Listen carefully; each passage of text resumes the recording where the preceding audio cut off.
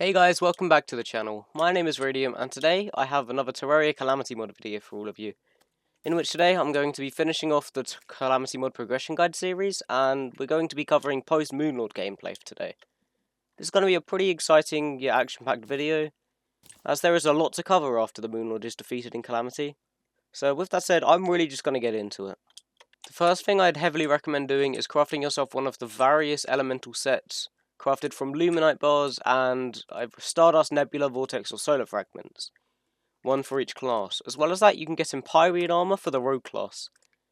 And with these materials, you'll want to craft yourself up the Vortex, the Solar, the Nebula and the Stardust armor, or the Empyrean options, which are all pretty good sets, which you should probably be using for Providence, which is a boss that allows us to enter another stage of the game shortly. I think it's important to mention this, but the Moonlord drops this item called a Celestial Onion, which gives you an additional accessory slot in Calamity and boosts defensive bonuses on accessories. So items that give you, for example, a warding item that'll give you 6 defense after you defeat the Wall of Flesh, will now give you 8 defense from a warding. After you've defeated the Moonlord, there are 3 materials which gain a significant value in my eyes. These 3 materials are life alloys, which are used to craft various accessories and weapons post-Moonlord, including a bunch of the element weapons, which are a very good tier of items which you should definitely look into. The Cores of Calamity are additionally used for a bunch of cool stuff, and a lot more later down the line. And obviously the Galactic Singularities are crafted from the 4 fragments, Solar, Vortex, Nebula and Stardust, and all of them are incredibly useful as well. Another incredibly important item to definitely be obtaining, once you can, is the Seraph Tracers. These are crafted from the materials I've mentioned before, and they are incredibly powerful. They're crafted with any wings, the Angel Treads, which you would have obtained much earlier on in hard mode, the Cores of Calamity, which I mentioned, Life Alloys, and Luminite Bars, which obviously drop from the Moonlord. And they are incredibly good wings that also serve as boots, so they'll save you an accessory slot which you can use for additional damage accessories, defensive items, and whatever you please really, it's your choice. At this stage, Exodium will start spawning in the sky. They spawn in any sky island, such as the planetoids, of any kind, and they're definitely worth gathering, as they are used to craft a wide variety of different items in Calamity, some incredibly cool accessories, which I can promise will be really good in terms of helping you out. A few good armor sets as well, and just a wide variety of stuff, including the Normality Relocator, which is a hot keyword of Discord I would definitely recommend getting. At this stage you'll want to go to Hell, and there will be some brand new profaned enemies for you to fight. These enemies are incredibly powerful, but they will drop this item called Unholy Essence, which is used in a bunch of boss spawners such as the Profane Shard and the Profane Core, which are used to summon some really difficult bosses, and will yield you some very cool items. The Profane Shard is the item required to summon the first boss in all of Post Moonlord. It's crafted with 15 Unholy Essence and 3 Luminite Bars at an Ancient Manipulator, and it summons the Profane Guardians, which are a relatively standard boss. They kind of just float around your screen, and the fight is simple enough once you get to it. But in my opinion, I'd recommend using items slightly stronger than Moonlord tier, because there will be some different various weapons you can craft with Luminite after the Moonlord is defeated. So if you haven't already, I'd heavily recommend giving them all a look. After the Profane Guardians are defeated, they will automatically drop a Profane Core, which is the item used to summon Providence, which is an incredibly difficult boss. However, you can turn this into a non-consumable item which lasts forever, if you combine it with 50 Unholy Essence, which I'd heavily recommend doing, as this fight is bound to take some newer players many tries. At this point, just before Providence is about to be fought, you can fight this boss known as the Dragon Folly, which is summoned using exotic pheromones crafted with 3 Luminite Bars and 5 Solar Fragments as an Ancient Manipulator.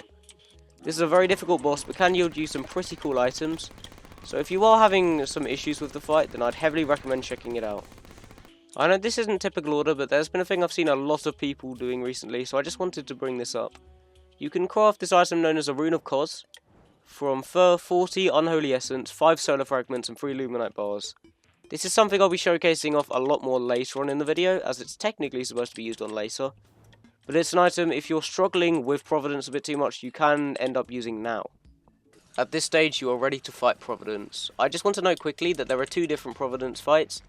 There's one at the daytime, which you fight anywhere between 4:30 AM and 7:30 PM. and the boss is slightly easier. But if you summon it in between, well, at night time basically, then the fight will become significantly more painful. So I'd heavily recommend for your sanity and for the first time around, definitely fighting the boss at daytime. Whilst I'm fighting this, I just want to quickly mention that this isn't a guide in terms of the fights, otherwise this video would be an hour long. This is simply a progression guide in terms of what players of Calamity would want to do in terms of their genuine progression. And there are many Calamity players who are looking for more viewers out there, who you should definitely check out if you're struggling with these fights. After Providence is defeated, there are a bunch of items you can now unlock, and a lot of them are incredibly powerful. The first ones are Elysian things.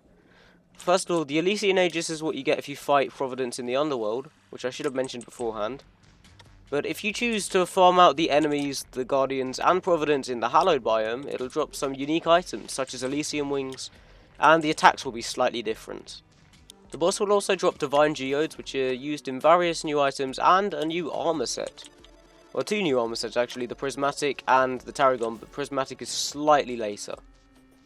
In terms of Tarragon, it's crafted with the Divine Geodes and Eula Bloom, which is now an ore you can mine in the jungle, using a Nebula tier pickaxe or above. After Providence is defeated, various buffs get significant buffs, such as the Ravager, the Brimstone Elemental, and Calamitous, basically any enemy related to the main lore of Calamity. These fights will be significantly more difficult now, and they'll additionally drop you this incredibly valuable resource known as Bloodstone, which will be used more later on but can be utilised now. As said before, these enemies will drop Bloodstone, which is used to craft some incredibly cool stuff, and more importantly, you can craft Bloodstone cores, which I'll show you how to get momentarily. There isn't an easy way of me getting one, but at this stage, if you fight a Blood Moon, then you'll be able to farm out Blood Orbs, which you can actually get at pretty much any stage of the game. They're used to craft various potions, pretty much any potion you can imagine, at different costs depending on how effective the potions are. But you get them from any Blood Moon enemy with a small chance, and you need to farm these out for one of the coming up steps. Once you've obtained some Blood Orbs from the Blood Moon, and maybe additionally some extra Phantoplasm, you can start looking at crafting yourself some incredibly cool items. Although you will need a Adamantite Forge and a Mithril Anvil to craft some of the other stuff, such as the Bloodstone cores individually. But you craft the weapons and armor later on at the Ancient Manipulator. At this stage, you'll want to be putting your Rune of Cos to good use. This is used to summon the Sentinels of the Scourge, which are 3 separate bosses which can only be fought in 3 different biomes throughout your entire world. The first one is the Stormweaver, the second one is the Ceaseless Void, and the final one is Cygnus, Envoy of the Devourer. These bosses are fought in the Sky, the Skeletron Dungeon, and the Underworld. And each of them are incredibly diverse fights with so many different traits to offer you, but they are also incredibly fun fights, so I wouldn't worry about getting bored of doing them.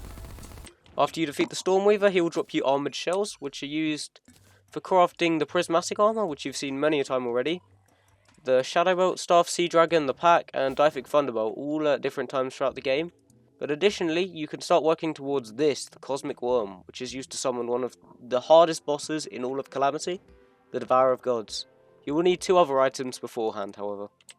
The next boss you have to fight is the Ceaseless Void. This is a significantly more difficult fight in my eyes, at least if you don't take it properly, but a trick you can use for this battle is going straight up to the surface rather than staying in the dungeon, and it'll give you so much more space to dodge. I'm using God mode for this presentation as always, but you can definitely do this fight without being an absolute idiot like I am. Just make sure you don't get caught in a situation like I am now, where the gravitation buff will just continue spamming and will kill you very quickly. After the Ceaseless Void is defeated, you will obtain Dark Plasma, which is used for a wide variety of different items, but more mage-oriented items than anything else. Because you unlock the Dark Spark, which is a brilliant weapon, some other really cool stuff, and obviously another component towards crafting the Cosmic Worm. Cygnus, in my opinion, is the hardest boss out of the 3 for new players to deal with, but for returning players he is very simplistic. After Cygnus is defeated, he'll drop the final item you require, which is the Twisting Nether, my apologies. And this is incredibly useful. As I've said, these are the 3 components you need to craft yourself the Cosmic Worm, so you can actually fight the Devourer of Gods at this stage. But I wouldn't recommend it, as there's quite a bit more progress I'd recommend doing before this. At this stage you can craft yourself the Necroplasmic Beacon. This is an item crafted with 100 Phantoplasm, which is dropped from the various enemies down in the new dungeon. So it's incredibly difficult to obtain, and so is this fight. It's one of the most difficult fights in my opinion. So difficult to gauge, but it's also very fun, so spend a long time constructing a really good arena, and I'm sure this is one that anyone could do with enough practice. After Poltergeist is defeated, you will have unlocked several things, but one of the most important things is the treasure bag. As the drops from this boss are great, a lot of them can help you so much. And most importantly, you get your final adrenaline upgrade in the game, and then you get the ruinous souls, which are used to craft the blood flare armor. These are combined with the bloodstone cores I showed you all much earlier on, and they are incredibly useful. These are a must-have in my eyes. Another thing I want to mention is that at this stage, the sunken sea, my apologies, the sulphurous sea is now once again buffed, and the abyss will become your worst nightmare. This is because the enemies that you will need to kill will have about 330,000 health, and they are in the bit below the main part. So if you go down to about here, you will start seeing them spawn more frequently. I'm terribly sorry for the lag. But enemies such as the colossal squids and reaper sharks will now drop their own unique resources and weapons, which are incredibly powerful, if I do say so myself. There's also a segment of the abyss that most people don't find about until much later on, which is pretty much the bottom of the abyss. This has a single chest somewhere down here. I believe it's around here somewhere, maybe just above me. But this is where the most dangerous enemies will spawn in abundances, such as Eidolon worms, the juvenile ones, reaper sharks, mirage jellies, all of that really horrible stuff. And this is a very difficult area to traverse. But I'd recommend trying to explore it if you can, because the amount of resources for crafting these amazing new items and weapons, this will definitely be the best place for you to do it. After Poltergeist is defeated, the final tier of Acid Rain will be unlocked, which for you guys who don't know is a random event that happens in the Sulphurous Sea. It will be incredibly difficult, and at the end of it there is a brand new boss for you to fight known as the Old Duke. This is one of the most difficult fights in Calamity for some people, so I'd heavily prepare for this one. And some people skip out this fight for a long while actually due to how difficult the fight is. But in my opinion there are ways of doing it, and I have done a guide on this battle if you need help with it. The Old Duke doesn't drop anything too controversial, but some of the weapons he drops are some of the greatest in the game in my opinion. So as said before, I'd heavily recommend giving this fight a look, no matter what class you're playing as. Once you've obtained your superior armor sets, upgraded your character as much as you could ever want, and fought all of these challenges, you're pretty much ready for the Devourer of Gods. As shown before, the Cosmic Worm is crafted with 3 Storm Shells, a Twisting Nether, and a Dark Plasma, which is fairly cheap because that's like one of each servant pretty much, and you'll still have residual items left over. But there are a couple of items I'd suggest getting just to make your life a little bit easier before we enter the true endgame.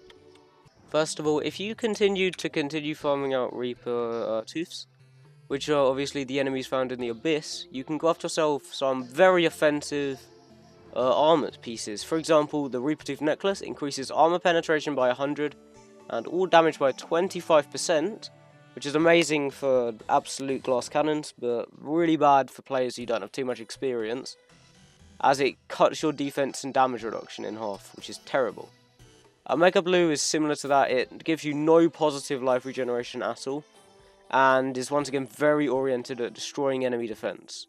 And the last item I'm going to recommend is the Bobbit Hook. This is the best grappling hook in all of Calamity in my opinion, and what I definitely recommend for the Devourer of Gods is it can genuinely help out.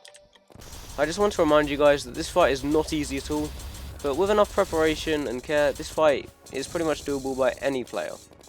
Just take your time, try and defeat the servants, and don't get overwhelmed by the fight. Take your time with it for sure. And remember, once you defeat the servants once, you never have to do them again. After the Devourer of Gods is defeated, you unlock 2 incredibly useful materials, but you also unlock the Devourer of Gods lore and the treasure bag, which is used for farming out Cosmolite bars, and a bunch of incredibly cool weapons. All of these will be very useful for any class, I think, and they are quite big upgrades already, but with the Cosmolite bars you can craft so much. And it's very important for me to note to you guys at this stage you can craft various new accessories, so many in fact, pretty much for every class, and so many new weapons. As well as a new crafting station, the Draydon's Forge, which is used to pretty much craft every other item in the game from here on out. I'm not going to demonstrate it visually for you guys, but at this stage, both the Pumpkin and the Frostmoon will get significantly buffed, with the stronger enemies such as the mini-bosses dropping bunches of these materials, and the smaller enemies not dropping much.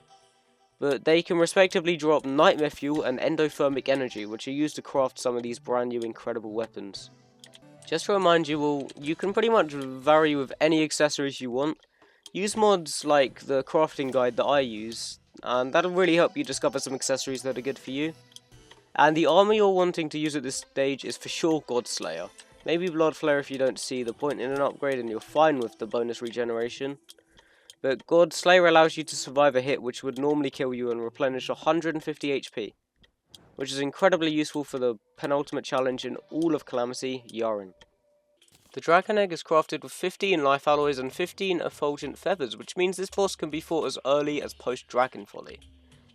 But I would heavily not recommend it because it's one of the most difficult fights in all of Calamity. There are different ways to go about this fight, but all I'd just say is give it a go, get a feel for the fight before you decide anything too well, and just keep going at it. I have additionally made a guide on Yaren for those curious, which is obviously not this. I know it's unfair for me to be using God mode in this presentation, but it's really just so I can explain what I'm doing, whilst doing it, if that makes sense. The first Yaren fight is an incredibly troublesome one, but once the boss gets to 10% health, the fight will actually stop for this time round. The boss will fly away and pretty much admit defeat, but the thing is, it's not really over. He will be rematched, and once you do some certain tasks after he's gone, he will come back even stronger than ever before. My apologies for cutting out, guys. I sneezed again, which was very fun.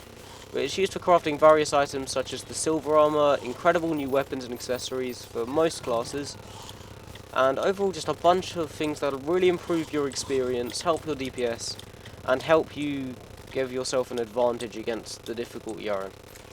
After you're done with your solar eclipse and obtained at least one dark sun fragment, you can start working towards crafting these new items.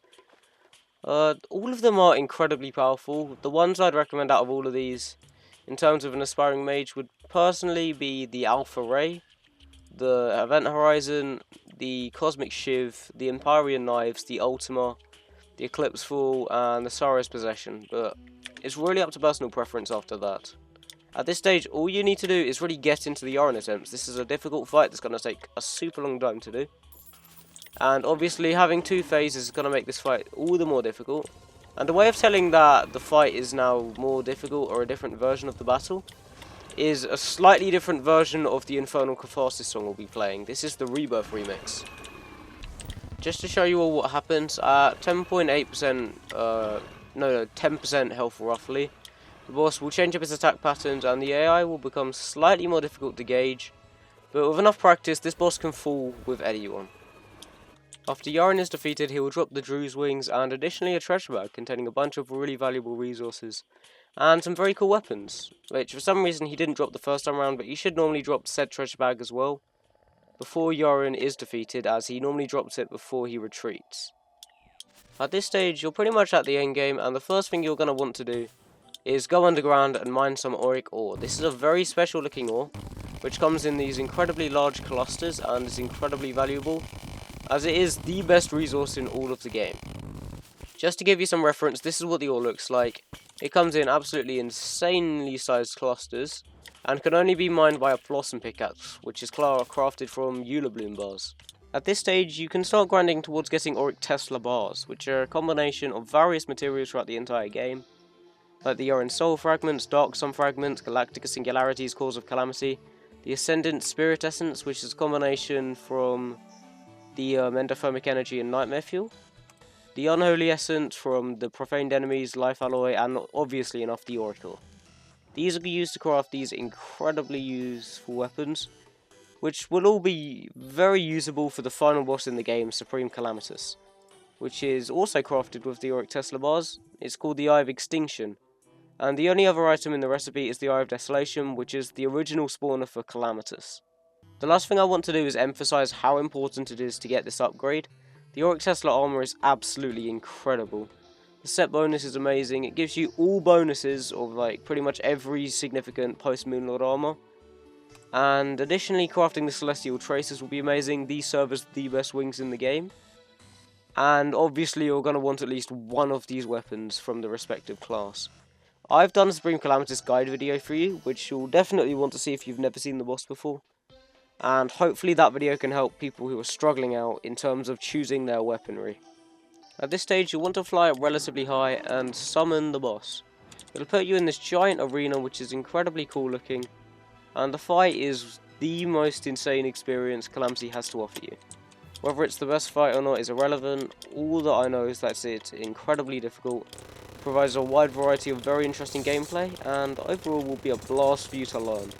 But don't get demoralised if you die a lot. Even I die a lot, and I've done this fight so many times. So once you keep plugging at it, the boss will fall, and you'll pretty much have your finale. After an incredibly intense battle, you'll most likely be at the end of the Supreme Calamitous fight. This is an absolute joyride, and it pretty much sums up the Calamity experience really well. Once the boss is at 1% health, you know the fight is over. And with that said, that's pretty much Calamity complete. At this stage, there are some minor upgrades you can get, such as grabbing the drops from Supreme Calamitous himself, which are the most powerful weapons in the game, and additionally a new armor option known as Demon Shade, which doesn't provide as many set bonuses as Oric Tesla, but it's still usable regardless. The final event Calamity Mod has to offer is the Terminus event. This is a boss rush, where you find the drop for it in the very bottom of the abyss, and is a boss rush voted by fans in terms of the order of bosses. Once you beat it, you get a single item, which I'm not going to spoil. It's truly amazing, and it pretty much is just a very, very good conclusion to this amazing mod. But with that said, that concludes the Calamity mod guides. I've really enjoyed making these, and I'm sorry if this one felt a bit half-assed. I've just been struggling a lot with school, so I'm trying to get videos out when I can, but it's just a very difficult process to keep up with. So with that said, I have to say thank you all so much for watching. If you did enjoy it, then feel free to leave a like and subscribe if you haven't already. And as always, I will see all of you in the next one. Peace out, guys.